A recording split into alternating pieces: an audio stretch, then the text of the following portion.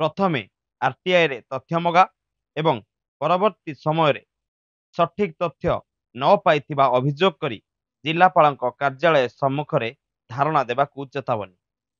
एपरि किछि घटना सामनाकू आसिछि बिंझारपुर अंचल। जाजपुर जिला बिंझारपुर अंचल सासंदा ग्रामर राणा प्रताप महापात्र एपरि किछि चेतावनी ଦେଇଛନ୍ତି। ତେବେ ଚାଲନ୍ତୁ ସିଧାସଳଖ ତାଙ୍କ ସହ ଆଲୋଚନା କରିବା, ତାଙ୍କ ପାଖରୁ ପଚାରି ବୁଝିବା ବାସ୍ତବରେ ଘଟଣା କ'ଣ ରହିଛି ଏବଂ କାହିଁକି ସେ ଅନଶନକୁ ନିଷ୍ପତ୍ତି ନେଇଛନ୍ତି। ଆଜ୍ଞା, ସ୍ୱାଗତ କରିବି ବଡ଼ ଖବରକୁ। ବାସ୍ତବରେ ଘଟଣା କ'ଣ ରହିଥିଲା ଯେଉଁଥିପାଇଁ ଆପଣ କାର୍ଯ୍ୟାଳୟ ସମ୍ମୁଖରେ ଜିଲ୍ଲାପାଳଙ୍କ କାର୍ଯ୍ୟାଳୟ ସମ୍ମୁଖରେ ଧାରଣା ଦେବାକୁ ଚେତାବନୀ ଦେଇଛନ୍ତି। प्रथम समस्त नमस्कार जनाऊँ।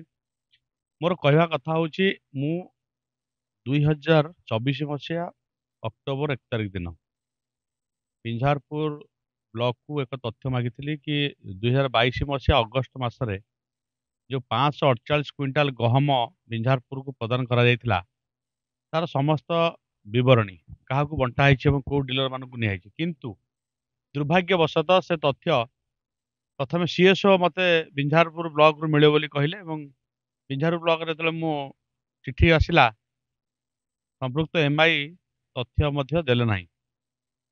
गोटे तथ्य देले लेटर आकार रे कि 2 वर्ष पर तथ्य मिलिबो नाही।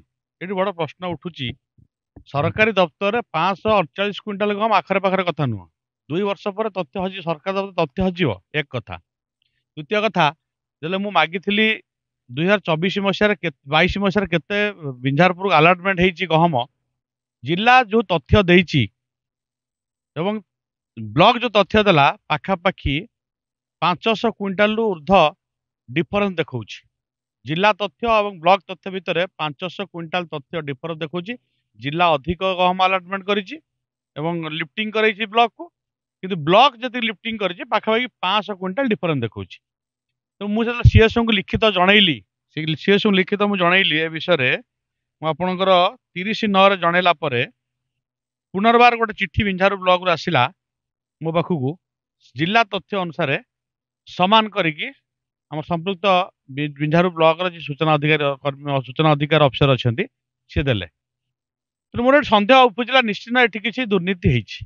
गोटे कथा उठुची पूर्वर ब्लॉक तथ्य देइतिला एवं जिला भी तथ्य दबा कथा आपण कहउचंती। दुई जनक तथ्य रे फरक रहितला पाखापाखि 500 क्विंटाल रो। नहीं 500 क्विंटाल गहम 548 क्विंटाल गहम गोटे अगस्ट 22 मसीहा 22 मसीहा अगस्ट लिफ्टिंग होता।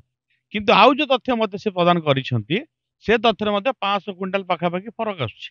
तो फरक आसिया कथा मु जानिली जिलापाल और सीएसओ को मु जनइली जनइला परे सीएसओ तार कौन एमआई सारा कथा हेले पुनर्बार बिंझारपुर एमआई गोटे मत लेटर कले जिला तथ्य तांका तथ्य समान करी देले। ताहले पूर्व जो तथ्य दिया जायतिला अलग तथ्य दिया जायतिला परवर्ती समय जो तथ्य दिया गला से जिला कार्यालय तथ्य अनुसार ताकू दिया गला।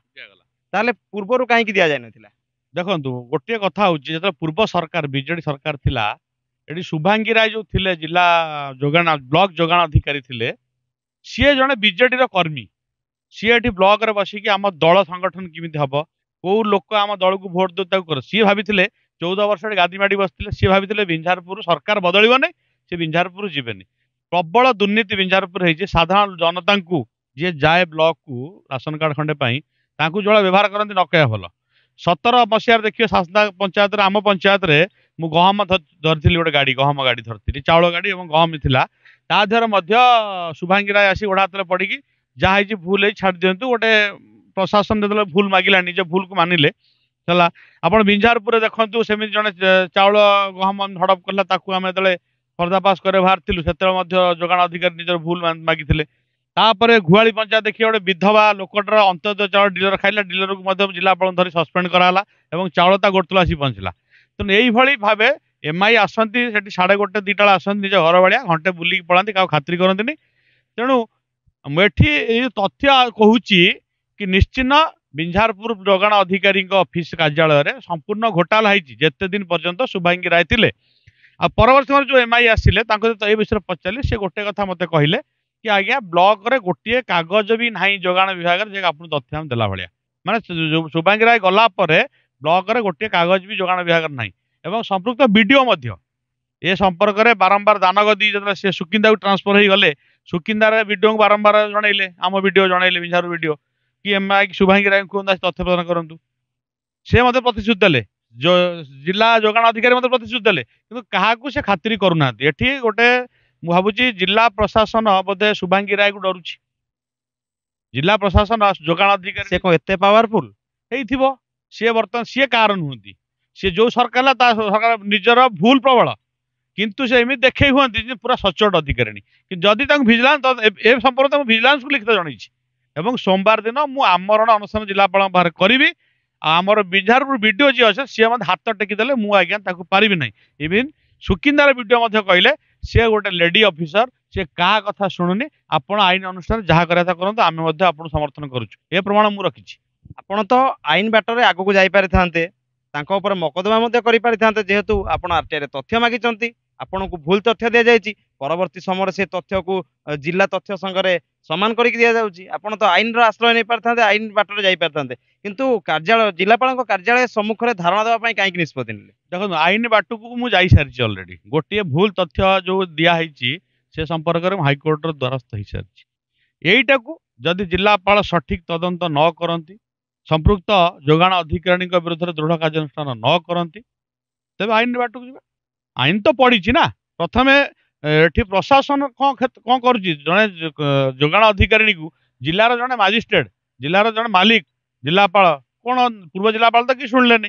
ଦେଖିବା ନୂଆ ଜିଲ୍ଲାପାଳ ଆସୁଛନ୍ତି, ଯଦି କିଛି କାର୍ଯ୍ୟାନୁଷ୍ଠାନ ନେଇପାରନ୍ତି। ଆମେ ତ ଭାବୁଛୁ ଏଭଳିଆ ଅଧିକାରୀଙ୍କୁ ବରଖାସ୍ତ କରାଯାଉ ଚାକିରିରୁ। ଯଦି ମୋହନ ସରକାର ଯୋଉ କହୁଛନ୍ତି କି ଦୁର୍ନୀତିଖୋର ସରକାର ଅଧିକାରୀଙ୍କ ବିରୁଦ୍ଧରେ ଛଟେଇ ଦିଆଯିବ, ଦେଖିବା କଣ ହଉଛି।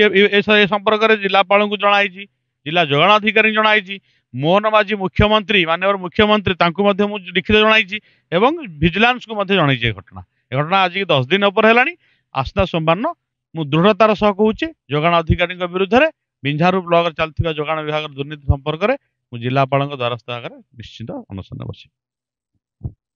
ଯାହା ଶୁଣୁଥିଲେ ରାଣା ପ୍ରତାପ ମହାପାତ୍ରଙ୍କର ପ୍ରତିକ୍ରିୟା ରହିଥିଲା ଯେ ସେ ତଥ୍ୟ ମାଗିଥିଲେ, ତଥ୍ୟରେ କିଭଳି ଭାବେ ହେରଫେର କରାଯାଇଥିଲା ଏବଂ ପରବର୍ତ୍ତୀ ସମୟରେ ସେ ତଥ୍ୟକୁ ସଜାଡ଼ି ଦିଆଯାଇଥିଲା ବା ଜିଲ୍ଲା କାର୍ଯ୍ୟାଳୟ ତଥ୍ୟ ଅନୁସାରେ ବିଞ୍ଝାରପୁର ବ୍ଲକ କାର୍ଯ୍ୟାଳୟରୁ ତଥ୍ୟ ଆସିଥିଲା। କିନ୍ତୁ ଆଜି ବି 548 କ୍ୱିଣ୍ଟାଲ ଗହମ ଯାହା କେଉଁଆଡ଼େ ଗଲା, କାହାକୁ ବଣ୍ଟା ଗଲା, ତାହାର ତଥ୍ୟ ସାମ୍ନାକୁ ଆସିଲା ନାହିଁ। ତେବେ ଆସନ୍ତା 11 ତାରିଖ ଦିନ ରାଣା ପ୍ରତାପ ମହାପାତ୍ର ଜିଲ୍ଲାପାଳଙ୍କ କାର୍ଯ୍ୟାଳୟ ସମ୍ମୁଖରେ ଧାରଣାରେ ବସିବାକୁ ଚେତାବନୀ ଦେଇଛନ୍ତି। ତେବେ ଆଗକୁ ଦେଖିବାକୁ ବାକି ରହିଲା ଶ୍ରୀଯୁକ୍ତ ମହାପାତ୍ର ଅନଶନରେ ବସିବା ପରେ ଆଗକୁ ହେଉଛି କଣ। ବିଞ୍ଝାରପୁର ଦେବୀଦତ୍ତ ସାମଲଙ୍କ ରିପୋର୍ଟ, ବଡ଼ ଖବର।